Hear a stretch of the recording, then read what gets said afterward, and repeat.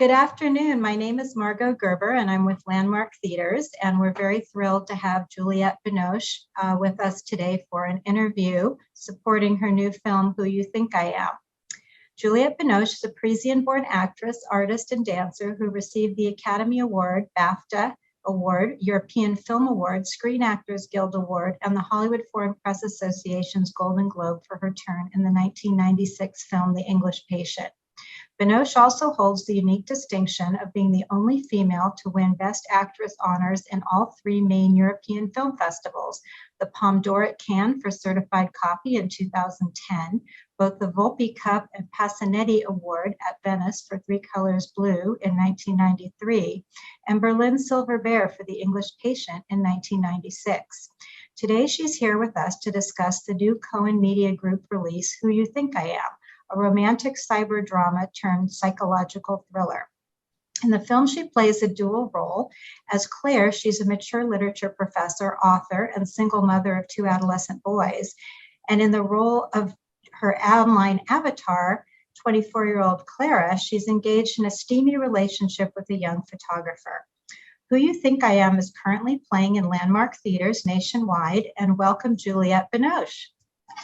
Thank you so much for joining us today. So in this film, social media plays a very pivotal role. And I'm wondering, what is your relationship with social media, and maybe before the film and now?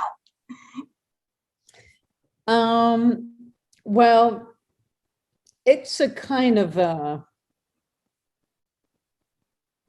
it's the presence in one's life now.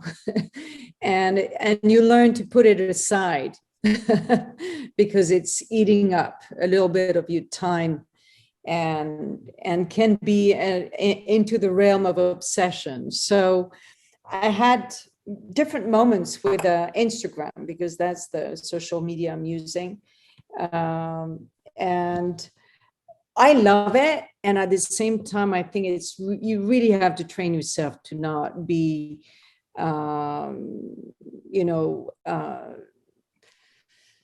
to check it, every in the morning and evening. It's a kind of love and hate relationship that I have with this Instagram thing.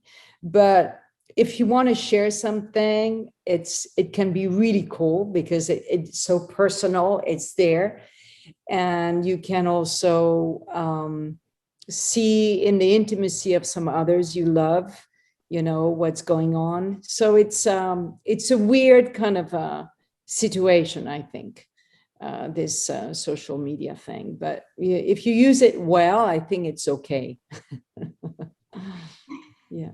Did you kind of have to study up on it before you took on this role, just to learn how other people were using it? Well, the director asked me, to look at, how it's organized, because I don't have, I only know how to use Instagram. I don't use the others. And I think also because, and he didn't hide from it, but he got trapped with a woman who pretended to be 25 years old. So he knew about this situation very well. So he showed me how it worked and how on his own, what was it? The name of it? Facebook, and how it works and all that, because I'm not familiar with it. Okay.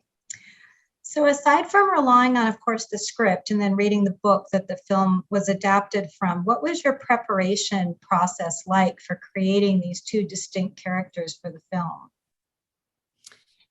Well, the behavior, she's a university teacher, and so the behavior between this, this world she knows so well and the world of being this, young woman, believing that she's a young woman again. And after, in the novel, she's creating, what is this character? So it's going from one to the other, and in the way of moving and emotionally, I had to study, and Susan Batson helped me. She's a acting coach, and we worked together for maybe 3 weeks together.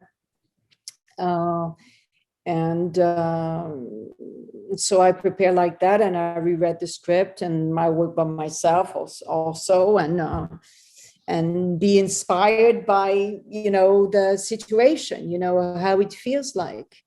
Also, I had wonderful actors to work with, and François Civil, who's playing the boy, and also the therapist. And when you have good partners, it's easier. Acting is easier. In your role as Claire, you express such visceral anguish at not being able to reveal your true self to Alex, but it could be said that Claire doesn't reveal herself in person because she's lied about her age and who she actually is. But could also be said that she's really enjoying this relationship that they're having, where it's completely sort of a cerebral relationship. What were you giving yourself as the motivation in those scenes where you're so clearly conflicted, and it's all showing in your face and your body movements? I'm not sure it was intellectual. I think there's maybe at the beginning she's playing a little bit, on that, in that way, to see where it's going when she starts writing, and see that the response, the back and forth, enjoying that game. But after a while, and that's the thing, the belief system in her changes, and she believes in it, and that's where it takes her into a little bit of a place where it can be dangerous. She loses track of her motherhood, for example, or and so I think that it becomes the need is enhanced, and she goes more and more into that need, and it becomes a prison in a way, because there's a moment she can't go further. Otherwise, the boy, is going to find out who she is. And that's why the story is so great, because you go deeper and deeper and deeper, because after that, you go into her imagination, when she writes the story, and what she would have liked to live. And yet she stops, because her subconscious is just cannot deal with being happy with that situation, because there's probably some kind of block inside her that where she can see herself, past 50 years old, that she can be happy with a young man. And so it just put a lot of questions, this story, because of the, what is our need, and also it triggers I think the abandonment issues. When you feel abandoned, how do you deal with it? And in a lot of cases, we know that some women are being left at that age, probably because the man is also in a place where you upside down, because you put in question all that time of shift into another layer of your life. And it's for some people, it's well known. It's called the Chiron return, CHIRON, and it's a place where you revisit very deep themes in your childhood that are very hard to master, in a way, to overcome. So I think for her, one of them is the abandonment issue. And so that's why it hits so badly. So when she is in front of a therapist, she doesn't want to deal with it. She's lying, even though she is in a place where she's supposed to say the truth, but she cannot say it, because it feels like she's going to fall down into a hole, until when it's said, it's that something changes, because when you say it, there's an acceptance somehow of being able to, to say the truth. But she fooled herself. That's the tragedy of it.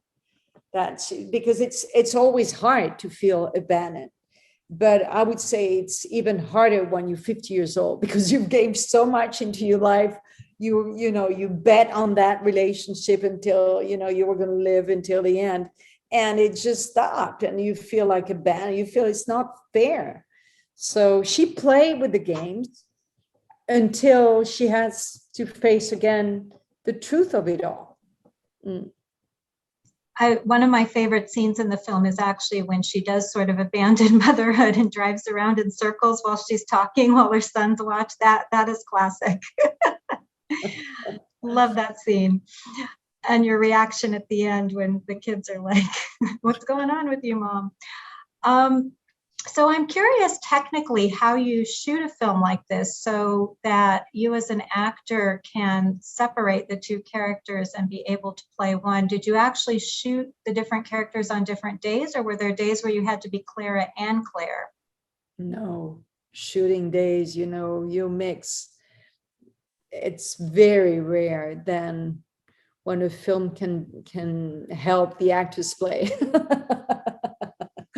Usually it's upside down. Sometimes I was playing the three of them, so I had different wigs, and it's tough, but that's the game. You've got to know. It's like when you play a partition, and they're the slow and the more rapid one, and it has different, and you get into it. The beginning is difficult. Then after that, you get it, because it's in your bones, it's in your skin. It's you don't think about it too much. And but it was, even though it was very demanding, because emotionally it was such a roller coaster, of so many emotions. And I have to say that going through the therapy thing was the worst.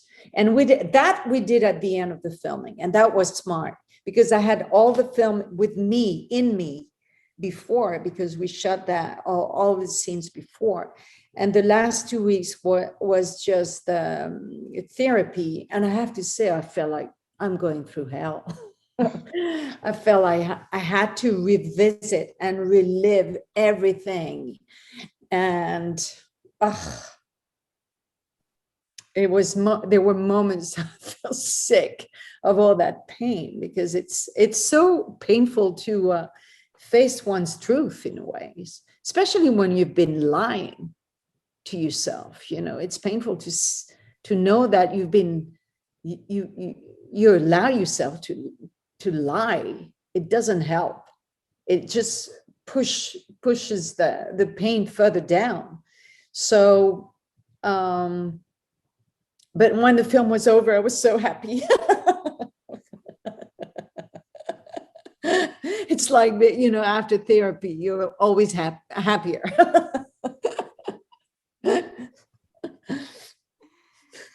Must be interesting going through therapy for problems that aren't actually in your real life, right?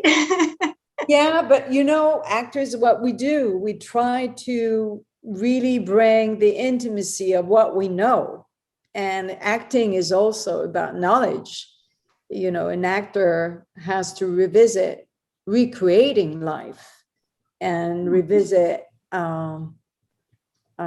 layers, so people can be in touch with what's going on. Of course, we're playing for the audience, and that's what we're serving: a story, we're serving emotions, we're serving transformation, we're serving a consciousness. But if you've got to go down, if you don't go down, you don't have what needs to go through the eyes, what needs to go through the pores of your skin. It needs to be alive, because it's not about just learning lines. It's about the intention behind it that makes that it's reaching the others.